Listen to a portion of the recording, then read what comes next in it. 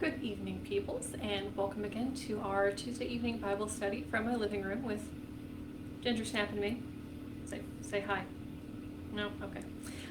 So this week I thought we would start a bit of a series on the book of Jonah, which is another one of the minor prophets. A couple weeks ago we read through some of the more notable passages of Amos, who was also a minor prophet, meaning that what he wrote was kind of short compared to prophets like Isaiah, who have like 50 or 60 chapters, I forget offhand. But Amos is just a couple of chapters, and Jonah is only 4. Jonah is a pretty short book. So the book of Jonah was written 4 or 5 centuries before Jesus, but it's set a while back. So Jonah definitely was not someone who actually sat and wrote down this book, like someone like Amos might have, or Isaiah. And of course, there is the fact that unlike the books of Amos or Isaiah, the book of Jonah is a satire, and it's full of ridiculous comedy, and it's hilarious and delightful. So I thought it would be an especially fun book to go through. Plus, it's got some great nautical themes, and coming from a Navy family, I've got to go for the nautical theme. So I've got my pirate earrings on and my nautical stripes. In high school, my junior homecoming dance was pirate themed, so I got these earrings for that. Fun fact, nothing to do with the book of Jonah. Anyway, the first chapter of Jonah, blowing the cat furs off my phone first, from the New Revised Standard Version. There is a translation of Jonah that was done by J.R.R. Tolkien. Fun fact, but that's not the one that I am reading tonight. So hear now the word of the Lord. Now the word of the Lord came to Jonah, son of Amittai, saying, Go at once to Nineveh, that great city, and cry out against it, for their wickedness has come up before me. But Jonah set out to flee to Tarshish from the presence of the Lord. He went down to Joppa and found a ship going to Tarshish. So he paid his fare and went on board to go with them to Tarshish, away from the presence of the Lord. But the Lord hurled a great wind upon the sea, and such a mighty storm came upon the sea that the ship threatened to break up. Then the mariners were afraid, and each cried to his God. They threw the cargo that was in the ship into the sea to lighten it for them. Jonah, meanwhile, had gone down into the hold of the ship and had lain down and was fast asleep. The captain came and said to him, What are you doing sound asleep? Get up! Call on your God! Perhaps that God will spare us a thought so that we do not perish. The sailors said to one another, Come, let us cast lots so that we may know on whose account this calamity has come upon us. You don't like my reading, Gingersnap? Oh, okay. So they cast lots, and the lot fell on Jonah. Then they said to him, Tell us why this calamity has come upon us. What is your occupation? Where do you come from? What is your country? And what people are you? I am a Hebrew, he replied. I worship the Lord, the God of heaven, who made the sea and the dry land. Then the men were even more afraid and said to him, What is this that you have done? For the men knew that he was fleeing from the presence of the Lord because he had told them so. Then they said to him, What shall we do to you, that the sea may quieten down for us? For the sea was growing more and more tempestuous. He said to them, Pick me up and throw me into the sea. Then the sea will quieten down for you, for I know it is because of me that this great storm has come upon you. Nevertheless, the men rowed hard to bring the ship back to land, but they could not, for the sea grew more and more stormy against them. Then they cried out to the Lord, Please, O Lord, we pray, do not let us perish on account of this man's life. And do not make us guilty of innocent blood, for you, O Lord, have done as it pleased you. So they picked Jonah up and threw him into the sea, and the sea ceased from its raging. Then the men feared the Lord even more, and they offered a sacrifice to the Lord and made vows. But the Lord provided a large fish to swallow up Jonah. And Jonah was in the belly of the fish for 3 days and 3 nights. This is the word of the Lord. So this is a delightful and very exciting story that Gingersnap clearly just doesn't appreciate that, or she's gone back for more cat food. I did deliberately open a can of salmon cat food for her this evening. It seemed appropriate before this reading. So, as we remember from the book of Amos, the prophet Amos lives in the southern kingdom of Judah and is called to go north to Israel to preach to the people there because Israel and Judah are at odds with one another. So, like Amos, Jonah is called to leave where he is to go to Tarshish, which is an enemy nation, and God is calling him to preach to the people there. So, Amos hears the call of God. He's like, okay, I will leave my sheep and all of my orchards for a season. I'll go up to Israel and I'll preach the word of God because that's what I'm being called to do.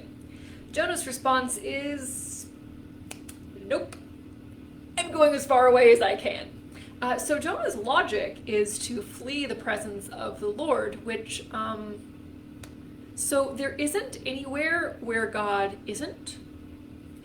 And if Jonah himself says that he is a follower of the Lord our God who made the seas and the dry land, dude, why are you on a boat?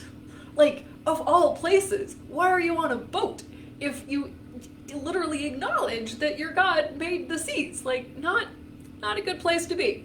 Jonah's maybe not the smartest of the prophets, but again, this is satire. So anyway, he gets on a boat to get as far away from God as humanly possible.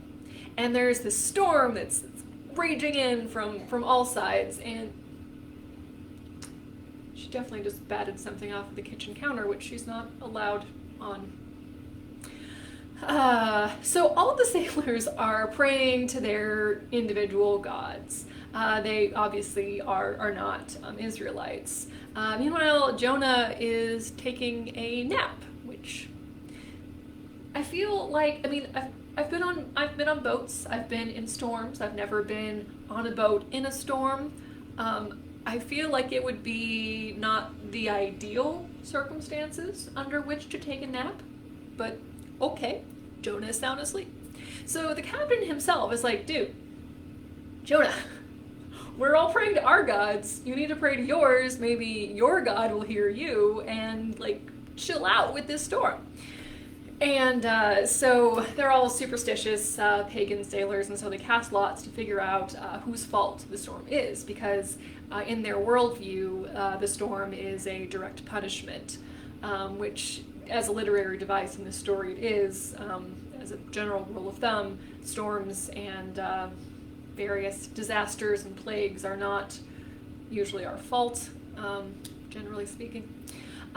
So they figure out that Jonah is the odd one out, and maybe it was a bit suspicious that how quickly he wanted to get away, that maybe he picked the first boat going as far away as possible, maybe he had a fishy backstory. That was hilarious. I'm just assuming that you're all cracking up with laughter right now. So they're like, okay, what is your backstory here, dude? He's like, yes, I am a Hebrew. I am a prophet. I follow the Lord my God who made the earth and the seas. And they're like, okay, so this is your fault.